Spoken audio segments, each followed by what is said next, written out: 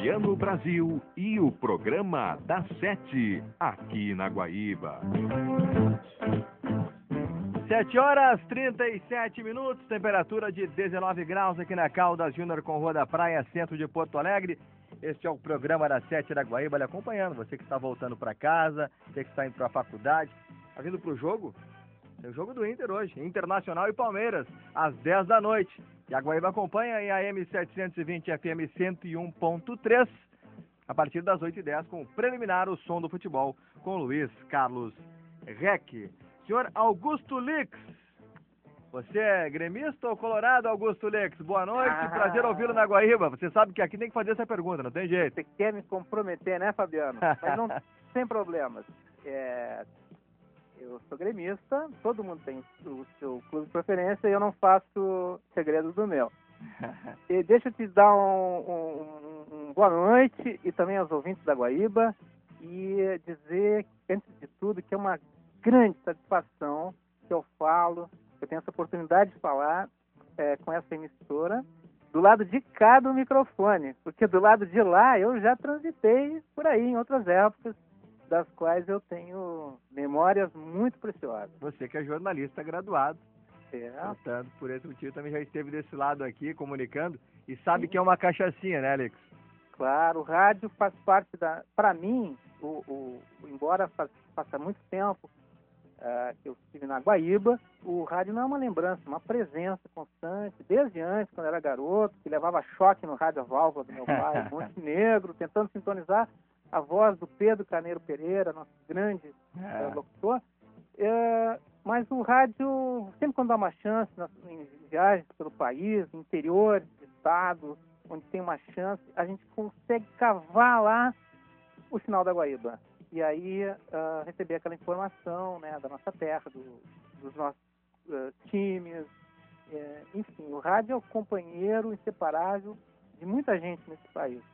É verdade, é aquilo, né, Alex? A gente, até às vezes nós estamos comunicando aqui, entra o pessoal da internet do Brasil todo, e aí você começa a imaginar aquele caminhoneiro que está na estrada nos ouvindo em ondas curtas, em ondas médias, enfim, aquele cara que está lá no interior do Rio Grande do Sul, interior mesmo, numa fazenda, num sítio, enfim, está trabalhando.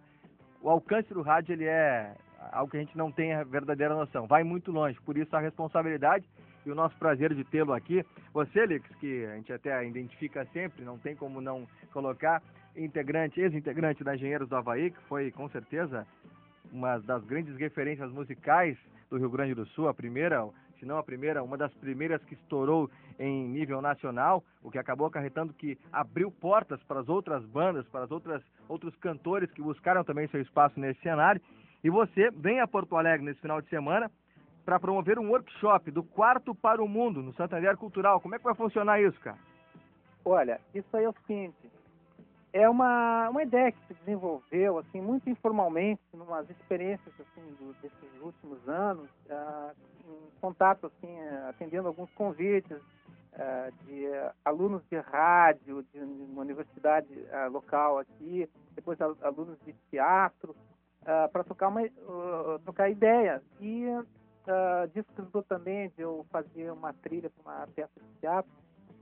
E essas experiências foram muito estimulantes, porque eram meios assim, completamente desprovidos e isentos de qualquer conotação assim, comercial, publicitária. Havia ali apenas idealismo, né? Em pessoas que estavam ali vivendo em ideias, né? Procurando rumos.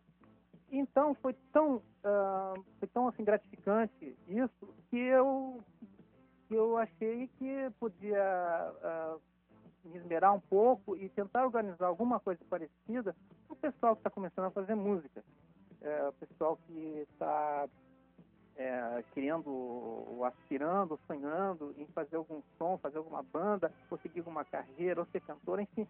Porque eu penso que na época que eu comecei, era uma falta de rumo, assim, não havia informação, não tinha nada. E hoje a coisa de lá para cá se inverteu. Hoje tem coisa demais, tem informação demais. A gente vive, ao menos na comparação com aquela época, vive uma grande poluição de informação. Então, o que eu estou levando através desse projeto com o Santander Cultural, é uma pequena contribuição de levar para essa garotada alguma informação não quantitativa, mas qualitativa, uma informação organizada. Dá para eles alguma luz nesse mar revolto que eles sonham ou ambicionam de trilhar, de seguir um caminho, ou de fazer algum caminho, né? Então, são muitos assuntos, né? É um sapato muito grande, um pé muito pequeno. A gente é obrigado a desprezar muita quantidade de informação para valorizar algumas que eu, na minha experiência, na minha vivência, acho que podem ser úteis para esse pessoal que está começando, e talvez sirva para eles de ter algum rumo, alguma noção de tocar a música, de ter essa relação pessoal com a música, mesmo profissional, não profissional, de entender a transformação que a gente está passando, tecnológica, de comportamento, como as coisas se interrelacionam, e também dar alguma dica prática, técnica, assim, de coisas assim, que não são muito disponíveis, né? Muito fáceis de conhecer para quem está começando. Claro, e como é importante, né, Alex, de que pessoas que trabalharam no meio, que trabalham no meio, que conhecem, né, todo o caminho e tal, e principalmente a vivência de um cantor, enfim, do instrumentista, ouvir esse toque de alguém que viveu isso e vive isso de uma forma mais intensa. Antes de eu encaminhar a próxima pergunta, quem manda um grande abraço para você, Alex, é o Edgar Schmidt, nosso comentarista, que está no estádio Beira-Rio. Ele que vai comentar daqui a pouco entre Palmeiras pela Guaíba. Tá lhe ouvindo lá, te manda um grande abraço. Pois eu mando 2 grandes abraços pro meu amigo Edgar, e não só ele, também pro Milton Jung Pai, pro Rui Estrela, pro Idalino, pro Remião, Veronese, toda essa turma aí com quem eu tive a honra de conviver na minha passagem pela Guaíba. Estão todos por aqui. Daqui a pouco tem às 8 da noite, correspondente Guaíba SPC Previdência com Milton Ferretti Jung, a voz do rádio. Estamos conversando com Augusto Lix, ex-integrante da Engenheiros do Havaí, músico, instrumentista, jornalista, e que está neste final de semana realizando um workshop aqui no Santander Cultural em Porto Alegre, do Quarto para o Mundo. As inscrições podem serem feitas na rua 7 de setembro, 1028, no valor de R$10. Quer dizer, é baratinho, mas as vagas são limitadas, portanto, aqui no Santander Cultural. Agora, Alex, é um assunto que a gente sabe que ele é delicado, mas que todos perguntam, e o nosso interativo aqui já está cheio. Eu gostaria que você falasse um pouco sobre você no Engenheiros do Havaí, a sua saída, enfim, o que você traz daquele tempo para cá. Engenheiros do Havaí. É. Engenheiros do Havaí foi uma banda da qual eu fiz parte até 1993. E eu preciso fazer uma colocação para explicar assim, o motivo porque eu não falo sobre esses assuntos. Na verdade, se você for dar uma fuçada na minha biografia, você vai voltar lá atrás, nos anos 70. O primeiro show que eu fiz, eu assinei um show chamado Deu Pra Ti, anos 70, ao lado do Ney Lisboa. Uhum. E era uma época assim, que a gente desbravava territórios, procurava se expressar, né, numa conjuntura da época. Naquele primeiro show eu nem fui para foto de divulgação. Então nunca foi um hábito meu falar sobre o meu trabalho pessoal, Claro. com música. Eu acho que, de certa maneira, isso tem a ver com 2 coisas. Uma, por eu ter um lado também de comunicação, eu tenho uma experiência também na parte jornalística, né? Eu fiz coluna de futebol, fiz comentário aqui em Rádio do Rio de Janeiro, fui Copa do Mundo nos Estados Unidos. A minha experiência da Guaíba é uma experiência muito rica, muito marcante. Eu sempre me sentia, assim, eticamente confortável para eu falar de mim mesmo. Então, na parte da música, eu me acostumei com aquela carroça atrás dos bois, que era a gente fazer um show em Porto Alegre e ver o que o pessoal dos nossos jornais ia escrever, malhando a gente, fazendo críticas e tal. A gente ficava bravo, a gente aprendia alguma coisa e tal. Então, eu achava assim, eu sempre achei que eu devia tocar, fazer e dar liberdade que os outros falem a respeito. Então, eu não me sinto à vontade de falar de mim mesmo. Claro. E aproveitando, assim, claro que eu entendo que é natural, eu convivo, assim, volta e meia, tem gente aqui até do Nordeste, dos amigos, bate aqui em casa, manda um e-mail. Tem gente que me convida para escrever um livro, interior de São Paulo, Londrina. E é uma coisa que é natural, é compreensível, uma vez que você entende que você fez parte de um processo de muita exploração de mídia. Houve uma exposição de mídia muito grande e essa exposição ela gera assim subprodutos. Essa informação invade domicílios de jovens que estão à cata de referências, de rumos, então se identificam com artistas, com atores, com instrumentistas. Isso é um processo natural e eu respeito a todas as pessoas que de alguma maneira encontraram alguma identificação com aquilo com que eu me envolvi. Então, isso é uma coisa natural.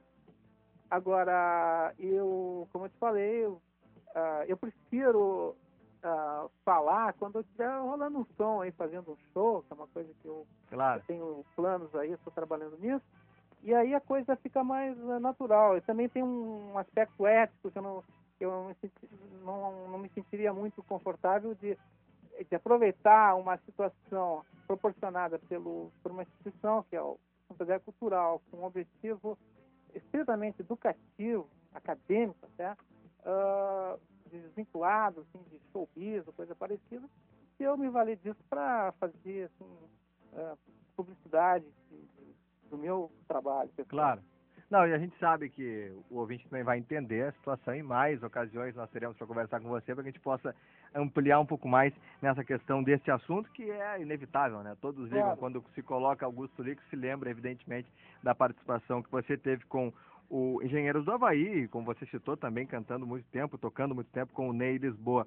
Agora, para a gente fechar, já te agradecendo, e infelizmente o tempo hoje é curto, em função desse workshop, você toca também no assunto em relação às formas de expressão que a música tem hoje, né? Que é inevitável e talvez seja positiva em alguns aspectos, negativa em outros, que é a internet. Como você avalia isso? Como você vai colocar essa situação no workshop, Augusto Lix?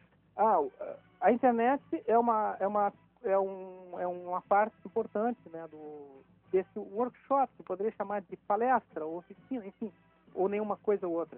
Mas a internet é um capítulo importante e para esse pessoal que está começando, esse pessoal já está crescendo, habituado à internet, à tecnologia atual. Já está habituado à evolução desses aparelhos portáteis, essa convergência tecnológica. Então, o garoto não tem muita base de comparação, ele está criando as suas bases de comparação, ele está criando as suas noções de mundo.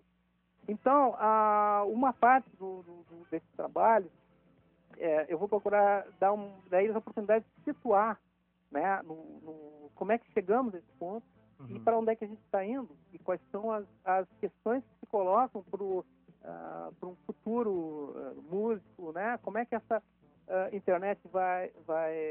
Aí tem muitas discussões, tem a discussão da pirataria, a discussão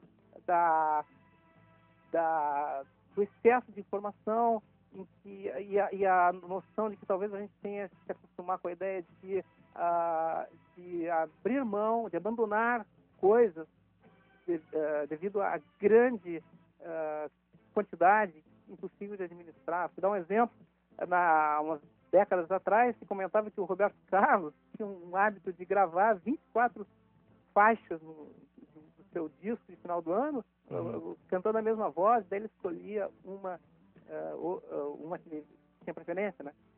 Com a evolução da tecnologia, a explosão que houve com a tecnologia digital, imagina assim, se o Roberto Carlos seguiu no mesmo processo, ele não conseguiria mais, porque ele teria a possibilidade infinita de gravar faixas opcionais.